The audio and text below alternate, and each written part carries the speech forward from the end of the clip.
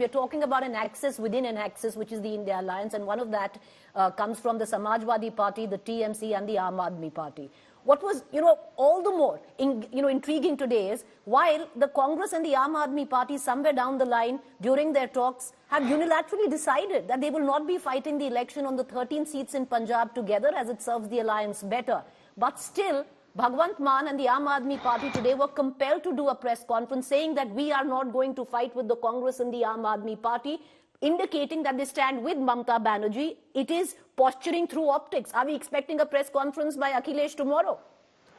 Well, good evening, Preeti, to you, fellow co-panelists and the viewers. There are three things that are important. One, that India Alliance is an alliance that is built on an agenda that is by and large vacated by BJP. The agenda of jobs, agenda of social harmony, agenda of power to women, and agenda of federalism and constitution. It's an agenda that BJP has vacated and does not want to occupy. That's one. Second is that it's a multipolar alliance. No party, no leader has claimed that they are the epicenter of this alliance. Different leaders have played different roles in architecting this alliance.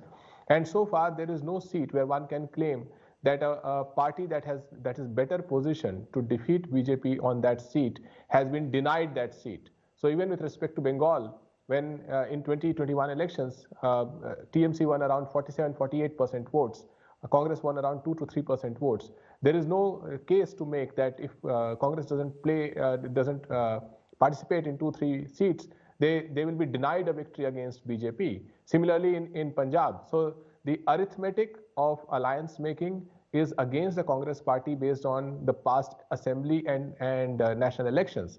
That said, the regional parties have opened the door to negotiate, and that will take its time. I don't think the alliance will fracture on the basis of seat sharing. The alliance will continue. The seat sharing will change from time to time. But it is important that the message that we communicate as an alliance to the nation. So, but Ghanshyam Tiwari, the sheer fact that the Samajwadi Party has skipped the last 2 seat sharing talks with the Congress, your party committee has skipped that seat sharing talks with the Congress. What is the message that you're trying to send out? Well, we have been consistent in our message that the Congress alliance team must come up with a set of seats that they can confidently say that this is how we are going to win, this is our candidate, this is the basis on which these seats are seats that Congress can win.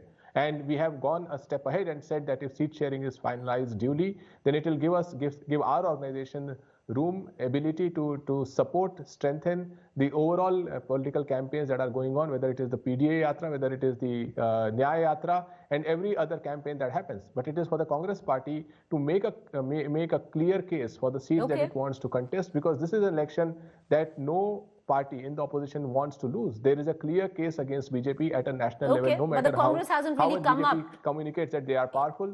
They cannot provide jobs to our youth. Right. They cannot but till fight now, for the rights but till of now, our women. Ghanshyam Tiwari, the Congress has been unable to provide evidence on the number of seats that they're asking at the back, that not bolstered it with the evidence on winnability. That's what you're saying. But that is a simple ask. Okay, all right, that's a simple ask. But Sushmita Dev, I'm getting you back into this conversation. Tomorrow, the Bharat Jodo Yatra, or the Nyaya Yatra in its new form, is entering the state of Bengal. Are we going to see Mamata Banerjee walk somewhere down the line with Rahul Gandhi? I think Chairperson Mamata Banerjee has made her position very clear that she doesn't have any information, or she didn't have prior information about it. So I don't think there's anything further for me to say on it, or any speculation that she will join. And I think the Congress party is crystal clear that this yatra is a program that the Congress party is doing on its own platform. And they are saying, darwaze khulle hain, agar koi aana chahe, kind of a situation. So we have no problem in Bengal. All parties do various political programs or philosophical programs or ideological programs. And the Congress should carry on. But, Sushmita Dev, can you shed some light on this? Because at one end, Mamata Banerjee says that I have got no invitation from the Congress. Yes. Jairam Ramesh this afternoon said that multiple invitations have gone on. And then the Congress has come up and said that written invitation has gone from Mr. Kharge as well as Mr. Rahul Gandhi. Which one of the three is true?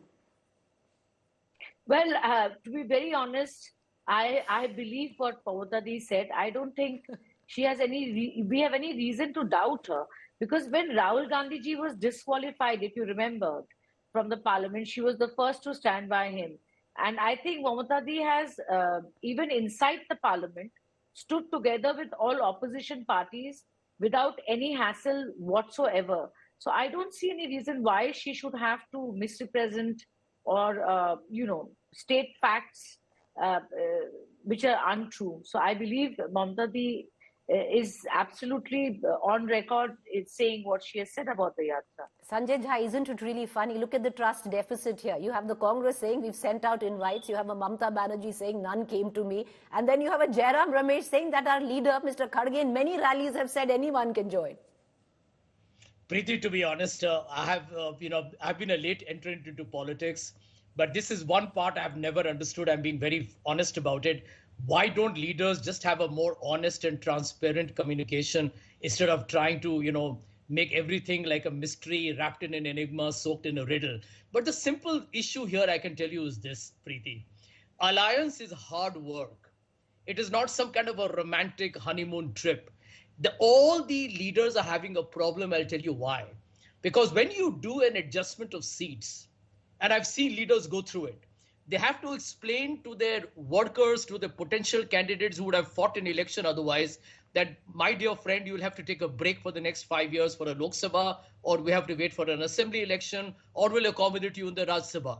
That is hard talk because, the workers or the aspirants are extremely bullish. But this is what has to be done. If you want to stop the BJP, ladies and gentlemen, you'll have to make sacrifices. It's hard work.